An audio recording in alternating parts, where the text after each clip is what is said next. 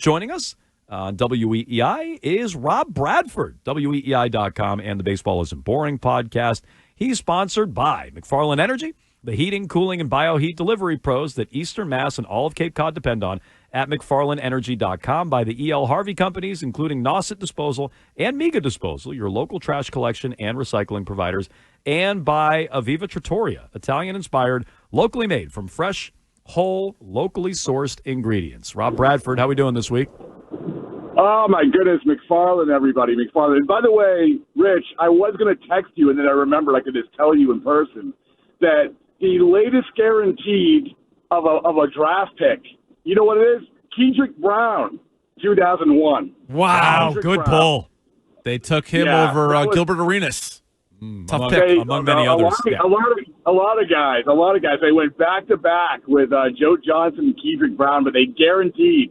They thought they had it. Okaloosa Walton, which I probably am driving by right now, as far as I know. Okaloosa Walton, which you see the highlights, and when there's like a stage in the background, like for like the Hellenic Center. Yeah, not great. You know that that's not a good hype reel. That was an overthink. Yeah, taking Kendrick Brown. Don't sleep on Joe Forte, though. I was also a huge bust. I like that pick, though. Also a disaster. That guy can play at North Carolina. Not so much the NBA. No, his dad was a ref. Yeah, his dad's an NBA ref. How about that? Yeah. Bradfo, before we dive in on the Red Sox, I don't know if you've seen from the Combine this dust-up between Ian Rappaport and Jordan Schultz, real media beef, which got me thinking, were you a part of the brawl at Fenway? Brawl is maybe a strong term. The dust-up between the Red Sox and Yankees media at Fenway in the media game? You were there for that, right? Yeah. I mean, I was a peacemaker, but yeah, it was there was a bench clearing, like dust-up. We have a media game against the New York media every year, one at Fenway, one at Yankee Stadium, and there was a play at the plate, and basically, some guys got into it. One guy who was a little bit of a hothead, he ran in from right field, and he basically was the Johnny Gomes of the media game. So he ran in. I'm sorry, wait. On what side? On Yankees or yeah, exactly, Red Sox or Yankees? Yankees. Yeah. Oh, the evil empire. Got it. Yeah, makes sense. Yeah. We're here to protect our guys. But the funny thing was, it was in Sports Illustrated. When Sports Illustrated was a thing, but it was in Sports Illustrated. So yeah, I mean I was part of it. That was a different time though. That was a different time. Now we're exchanging jerseys. True. So, would you say overall baseball writers are better at actual baseball or fighting? No, can I say neither? I would say there's always some random good baseball players playing. Yeah. No one's good at. Come on, That's you true. guys know the media. No fighters. No one's good at fighting. No, God, There's no no. fighters. No, not at no. all. I mean, I could tell some stories in the hallways of WEI that back that up as well. So nice. Yeah. The late Carl Bean was head to toe, like Red Sox uniform for that, right? Yeah, he was in the middle of it. He was nose to nose with somebody at home plate. Holy mackerel! Tense. Yeah, that's back when men were men, and these media games mattered. That's what that was. That's not what that is. That's when you're dealing with something at home and you bring it to work. Where was Netflix when that was going on? Great question. Come on, let's go. Speaking of Netflix, how is this thing gonna go? Obviously, it was not a great season for the team. I've heard, Greg was asking Breslow about it today. He said he's seen some of it. I don't know how many of the other guys have seen any of it. You think this is going to be a worthwhile endeavor? Yeah, I mean, I think it's entertaining. I think people will like, the behind-the-scenes stuff. But, I talked to Breslow. Breslow, I think, sees the majority of it. And it's hard to tell because a lot of stuff that they see, they're like, what's the big deal? We just saw it. Like, we lived it. Who cares? But I think a lot of people will interest. And I'll come back to it. It doesn't really matter. It helps if you have a good season. But they made really interesting things out of JUCO teams. It's the same crew, although they're getting sued now by it. Yeah, they are.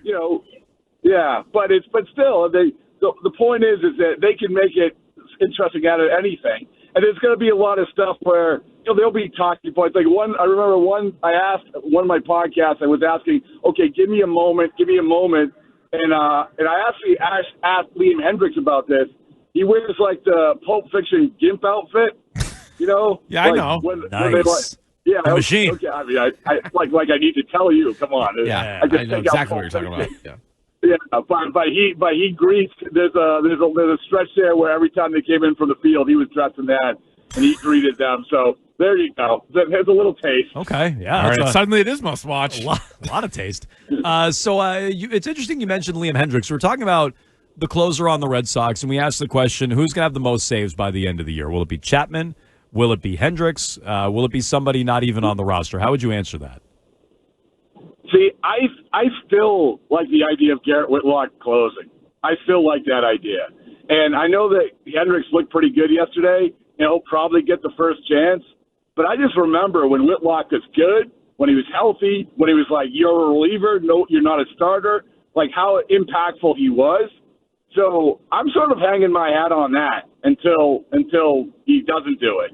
So, yeah, I mean, it's probably like a plus 2,000, but still, like, I think that Whitlock is sort of the sleeper in this situation. Well, and after 2 weeks when he gets hurt, you'll have to go to somebody else. And then I guess at that point you have the older guys. But maybe this is like we're not like go bouncing back and forth, starter, reliever, or whatever it is. You know, I don't know. But I think he's just sort of a sleeper in this whole situation. You know, there was a story written about the 3 top prospects for the Red Sox about how these guys are next level and there might not be a position trio like this, you know, not counting like pitchers from like the Mets back in the day or whatever, but like a position player trio like the 3 that are on the way for the Red Sox.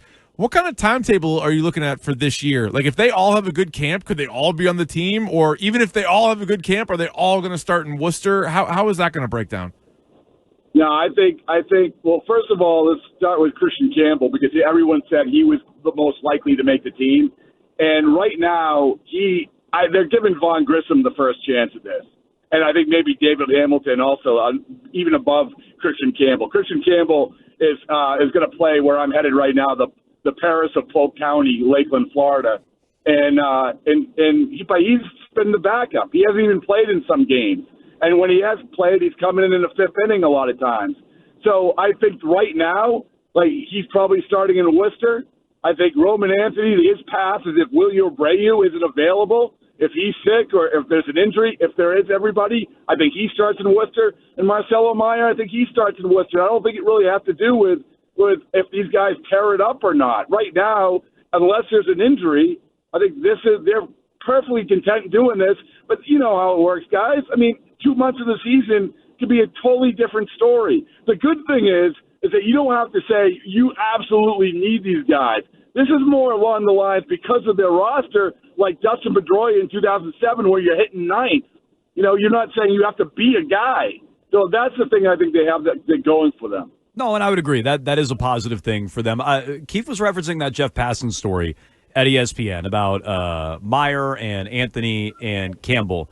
What jumped out to me, and we've seen this name periodically, but this was maybe the most I personally had read about it, was about Driveline Baseball and their impact in the front office. Like what is the role of Driveline Baseball and the even overlap with some of the player development with prospects like Kristian Campbell? What's your understanding? Listen, I mean, they have a crap load of Driveline people. I mean, every time they make a hire, there's some affiliation with Driveline. And not to say it's a bad thing or a good thing, it's just that they really, really like what Driveline's doing. In case people don't know what Driveline is, it's sort of this organization that is next level in terms of the tech of baseball and being able to measure things and use those measurements to make guys throw harder or hit farther or whatever it is. Analytics. And they've had great results. Analytics. Yeah, well, yeah, I mean, it's the next level of analytics. But they've had great results, and I think that's why the Red Sox keep hiring these people. They hired a guy named Kyle Bodie, who was basically the head of Driveline, and he works for the Red Sox now. He did work for the Reds. Now he works for the Red Sox. The only concern that I have is the too many cooks in the kitchen thing, because you know you want the information, but at the end of the day, you want only a few decision makers and really one decision maker. So in other words, if they looked at Bregman and people were saying, hey, you know, we see this flaw in him or that flaw in him, but everybody else says, hey, no, he's the perfect guy, then that becomes a dangerous thing. Like, conversely, I'll give you another example. Nolan Arenado, right? Nolan Arenado, that was a very real thing. That was their backup plan. And a lot of people in the Red Sox organization said, Nolan Arenado, we see the underlying stuff, and we can talk about the Driveline stuff. We see this. He has not been good, but we think he's going to be good because of our analytics. This isn't just Mike Lowell back in 2005, 2006, where you're saying, we think he can be good, and he's a throw-in. No, it's we see this, and he can be good if we do this. That's where the Driveline guys come in. Last thing for you, Bradfo. 2 days ago on the station, Will Fleming said he thinks that Triston Casas will be here this season and then gone. What do you think of the future for Casas with the Red Sox? First of all, I don't know if there's been a more polarizing athlete in Boston in a long, long time, right? Maybe Jaylen Brown, maybe. I don't know. Marcus Smart was pretty polarizing. Yeah, that was a good one. Oh, my goodness. Oh, I don't know. Yeah. When I said Marcus Smart wasn't going to make an all-star team, people freaked out. But you know what? So far, so good, Bradfo. But so far, so good. Yeah, long way to go in that career. I like my instincts. I like him. But I think when it comes to Casas, I asked him about the WBC the other day. And, it seems like a far-fetched thing. But, hey, listen, if he tears it up this year, then he is going to, be in that conversation. And in that conversation, really quick, he said one thing. He said, yeah, I'll play if it helps my value. And I think that's really on his mind. He understands because all the talk about extension, this is all we talked about with Triston Casas last year. And now that's gone away. They haven't talked to him. There's a semblance of it. It's more of, hey, how much playing time are you going to give that guy? But if he does what he did, when he was at his best, to come back to your question, no. I mean, I think he's the first baseman. I think they don't trade him because it is hard to find that level of guy in baseball. And you can say Vlad Guerrero, that's fine. But if he's really, really, really good, like he showed at times, then I think he does stay beyond next year. It's Rob Bradford, weei.com, and the Baseball Isn't Boring podcast. I saw you had Giolito on the podcast. You guys were talking talking a little Severance. Nice. So are you guys Severance people? I am. Yeah, Keefe has got we me. both are. Keefe has gotten me into it, yes. Oh, man. As I told Giolito, I feel so stupid because everybody keeps saying, oh, it's great, it's great, it's great. And I'm powering through. And I made the analogy of it's like George Costanza who was staring at the poster waiting to see the sailboat. I'm waiting. And by the way, which was apropos because Giolito's grandfather was in Seinfeld as the father of George's fiancée. So, I was tying it all together. Susan's dad? Susan's dad is Rusty. Giolito's grandfather?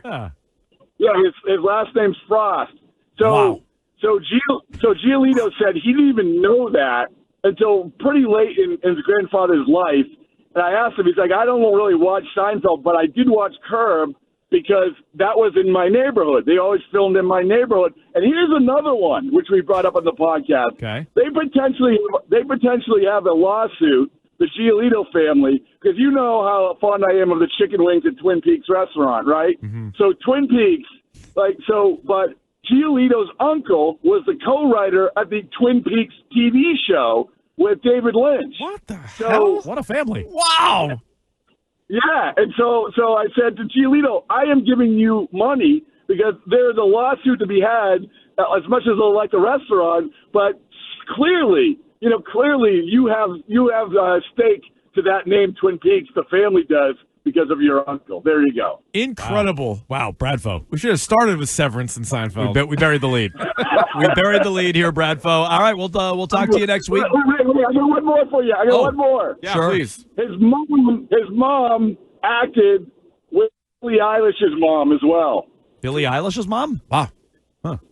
So Giolito's mom was an actress and did shows with Billie Eilish's mom as well. So Okay. I don't need to extend the conversation. I just want to unload everything I have for you guys. All right. I love it. More of that. Baseball Isn't Boring podcast, Odyssey app, weei.com as well. What were you going to say, Keefe? That was fantastic. Good stuff. My mom's swimming. Bradford, we'll talk to you next week. All right. Thanks, guys. See you. Thank you. Rob Bradford. Wow. Joining us here on WEEI. Warren Frost, the actor, was born in Newburyport, Massachusetts. He passed away at the age of 91 back in 2017 in Middlebury, Vermont. Wow. It's a New England guy. I love and the town, grandfather of Lucas Giolito. Wow. The world just keeps getting smaller. Let me tell you. Yeah. I just think of him in the back of the cart there. Yeah. with Rusty. Susan's mom. Rusty. Yeah, Rusty. It's just the beefarinos moving right through them. Well, there you go. Wow. Good stuff there. Yeah, we really did. We should have got to Severance faster, Keefe. Seriously. Oh, I didn't know that. I didn't know this nugget about him being now Susan's dad. Now you definitely need him on the podcast. Oh, for sure. That's his favorite Red Sox of all time. Yeah. Get a jersey. T-shirt. Giolito. Yeah, that's not Yeah, crazy. let's not go nuts.